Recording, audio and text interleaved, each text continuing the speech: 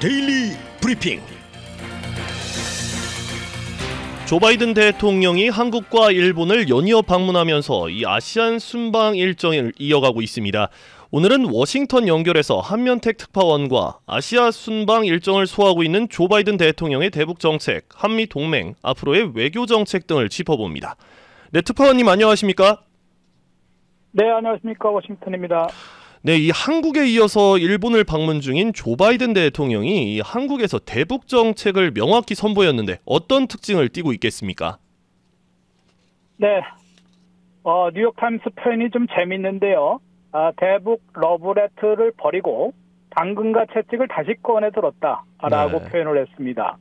대북 러브레터는 뭐 잘 아시는 대로 도널드 트럼프 전 대통령이 사랑에 빠졌다라면서 뭐 친서도 교환하고 노골적으로 이제 표현을 하면서 김정은 총비서와 당시 위원장과 세 차례나 직접 만난 적이 있지 않습니까? 그렇죠, 예. 그때의 대북 정책을 완전히 이제 상반되게 버리고 새로운 정책을 펴겠다는 점을 공공연하게 이제 천명한 것으로 볼 수 있습니다.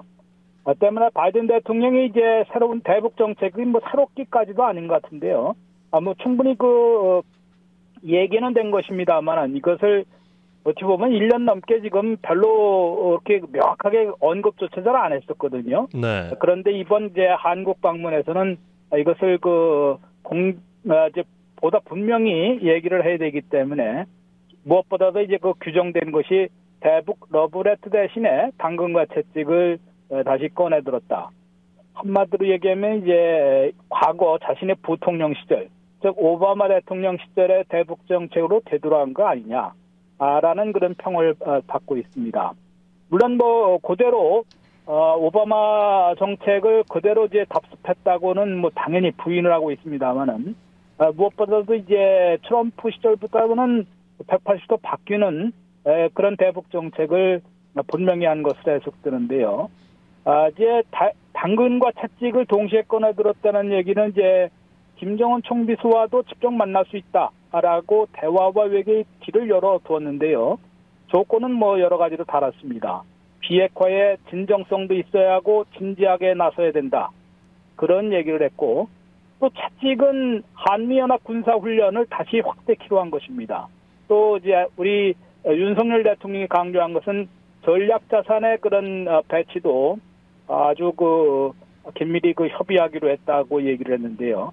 이 두 가지는 트럼프 전 대통령 때는 완전히 버렸던 거 아니겠습니까? 그렇죠, 예. 북한과의 그런 협상을 위해서는 한미연합 군사훈련을 그렇게 필요도 없고 돈만 많이 든다라고 하면서 사실상 중단이 됐다가 또 이 팬데믹까지 겹치는 바람에 자연스럽게 이제 시뮬레이션 이제 컴퓨터 워게임으로 대체하는 경우가 많았습니다만은 이것을 윤석열 대통령도 이제 선거 전에도 한미 연합 군사 훈련을 다시 강화하겠다라고 확대하겠다고 이제 천명해 왔는데 여기에 바이든 대통령이 공감을 표시한 것입니다.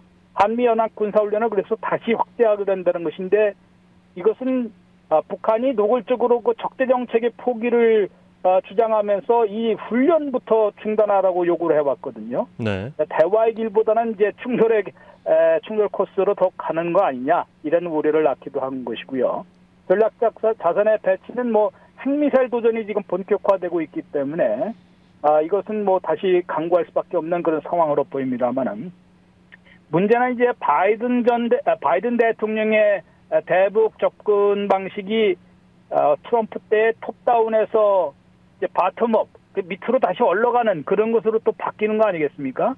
이러다 보니까 이제 오바마 시절에 이른바 전략적 인내라는 것이 있습니다. 네. 아무 일도 하지 않고 이제 기다리는 북한이 먼저 이 비핵화 조치를 취해야만 뭔가를 해줄 수 있다라는 그런 정책으로 되돌아간 것 아니냐라는 뉴욕타임스나 워싱턴 포스트의 혹평을 받고 있습니다.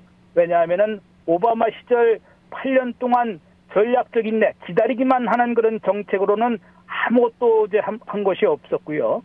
또 결국은 북한의 핵미사일 능력만 배가시키는 그런 결과를 가져왔기 때문에 바이든 대통령이 그런 비슷한 또 거의 같은 그런 대북 정책으로 쓴다 그러면은 지금 아무리 이제 우크라이나 전쟁을 일으킨 러시아나 또 중국과의 그 동시에 대응해야 하는 그런 어려움이 있지만은 북한을 너무 무시하는 전략으로 지금 나갔다가는 아무것도 한반도 문제가 해결되지 않는, 그래서 북한의 핵미사일 능력만 다시 더 증가시키는 그런 우를 범하지 않을까라는 지적을 받고 있는 것 같습니다. 네. 자, 한미 동맹의 경우에는요, 경제, 기술, 안보까지 포함해서 좀 더 확대해 나갈 거다 이렇게 강조가 됐는데 구체적으로 어떤 움직임을 보이고 있는 건가요? 네, 바이든 대통령이 이번에 이제 실질적으로는 서울에 도착한 게 아니라 이제 오산 미공군 기지에 도착을 해서 첫 번째로 간 것이 삼성 평택 공장이었거든요. 그렇죠. 삼성의 평택 반도체 생산 공장입니다. 네. 윤석열 대통령도 불러갔고 이재용 부회장도 직접 이제 안내를 하는 모습을 보였는데요. 제3 나노 기술이라는데 이 세계 최대의 반도체 공장을 직접 방문한 것인데, 지금 잘 아시는 대로 반도체 컴퓨터 칩 문제의 공급 대란을 겪었지 않았습니까? 아직도 그게 다 풀리지 않았기 때문에 상당히 그 자동차나 뭐 컴퓨터나 모든 데 들어가는 이런 반도체가 공급 부족 때문에 상당한 그 경제 발전에 이제 애를 먹기도 하고요. 또 심지어는 이제 물가 급등에도 영향을 미치고 있는 것이고, 나아가서는 이제 중국과의 경쟁에서도 이 공급 기술적인 부분에 이제 첨단 기술의 확보를 하지 않으면은, 공급망을 확보하지 않으면은 미국으로서도 상당히 어려워지는, 중국과의 경쟁에서 뒤떨어질 수 있는 것이기 때문에 이러한 그 반도체를 비롯한 그 첨단 기술, 첨단 그 전략 물자의 확보에 신경을 쓰는 모습을 보인 것으로 해석이 될 수 있습니다. 이것은 뭐 당연히 여러 가지 한미 간의 뭐 첨단 기술 협력도 가능한 것인데, 이번에 그 평택 공장, 삼성 공장을 간 이유는 또 지금 텍사스 오스틴에 삼성이 170억 달러를 투자해서 똑같은 그 반도체 생산 공장을 세우기로 했다고 합니다. 네. 이러다 보니까 이의 모델을 지금 직접 보는 그런 그 효과를 노린 것으로 볼 수도 있고요.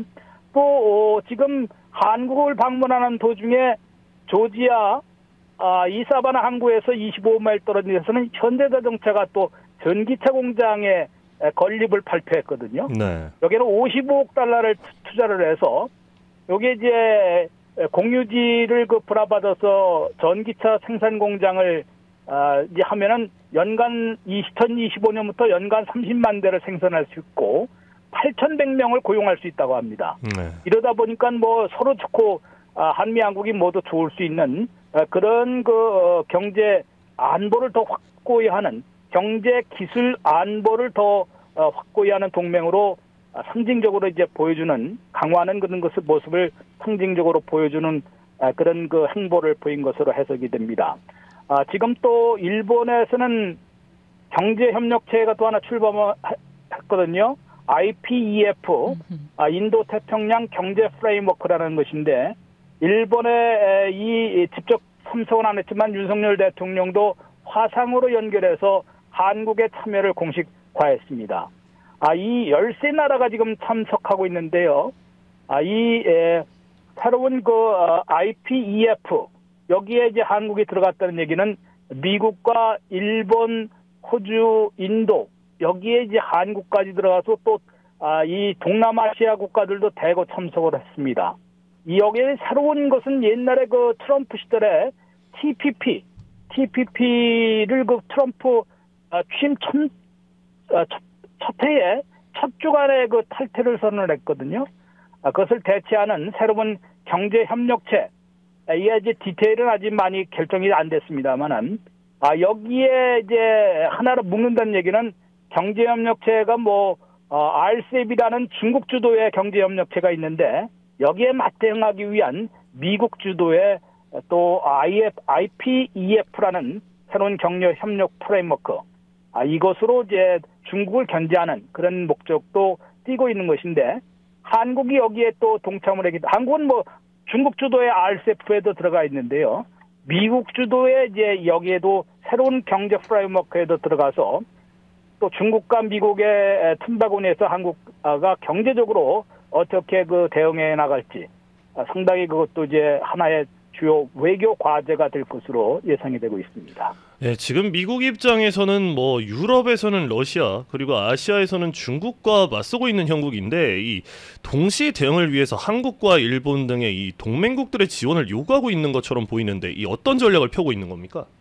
네, 그렇습니다. 지금 뭐 바이든 대통령이 이번에 한일 양국 방문의 주목적이 사실은 그것인데요. 네. 왜냐하면은 이제 러시아의 우크라이나 침공은 2월 24일 전격적으로 이루어졌기 때문에 미국이 그렇게 우려는 했습니다만은 이제 예기치 않은 구발 사태라고 볼 수 있거든요. 네. 그러다 보니까 유럽에서 유럽연합의 27개국 또 중첩됩니다만은 나토 30개 동맹국 이것들을 전부 규합을 해서 지금 러시아에 맞서고 있으면서 우크라이나를 지원하고 있는 것입니다.